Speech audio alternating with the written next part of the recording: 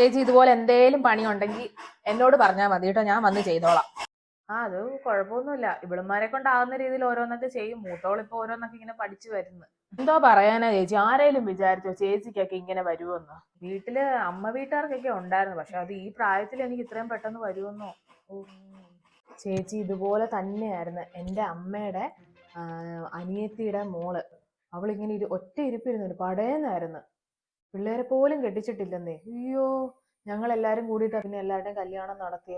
കല്യാണ പന്തൽ എന്ന് പറഞ്ഞുണ്ടല്ലോ, അതൊരു മരണവീട് പോലെയായിരുന്നു.